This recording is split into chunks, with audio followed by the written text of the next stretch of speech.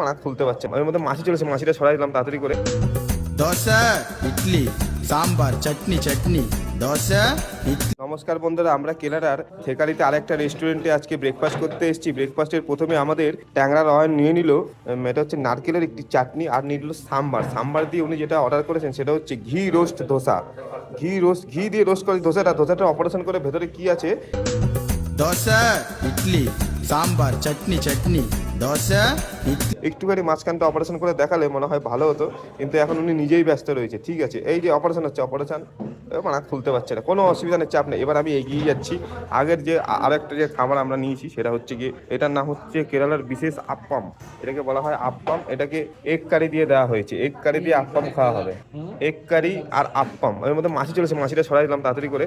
Egg কারি দিয়ে আপ্পাম খেয়ে নিল, তিন্নি খেয়ে নিল, কিন্তু দেবস্মিতা কিছু খাবে না, বলছে খেলেই আমার গ্যাস হয়ে যাবে। ঠিক আছে, লাস্ট আইটেমটা দেখিয়ে দিচ্ছি। এই দেখো, ধোসার মধ্যে ছিল আলু দিয়ে ভরা এই ধোসাটা। আর একটা খাবার আমি দেখাতে ভুলে গেছি, সেটা হচ্ছে, এটার নাম হচ্ছে গিয়ে আপ্পাম। এটা কি হচ্ছে, ওর মধ্যে টমেটো পেঁয়াজ গাজর দিয়ে ধোসার মতোই। হ্যাঁ, আপ্পাম বললো তো, উত্তাপাম। হ্যাঁ আচ্ছা, সরি, এটা হচ্ছে উত্তাপাম। এটার মধ্যে আর কি মানে মানে গাজর ফাজর এসব দেওয়া রয়েছে। এটাও একটা, এটা উত্তাপাম, এইটা হচ্ছে আপ্পাম, এটা হচ্ছে নারকলের চাটনি দিয়ে, এটা হচ্ছে ঘি রোস্ট ধোসা। এই খাবারগুলো আজকে আমরা না খাবো। না না আমি নেব না। তোমরা কি খেলে কমেন্ট করে জানাতে কিন্তু ভুলো না বন্ধুরা।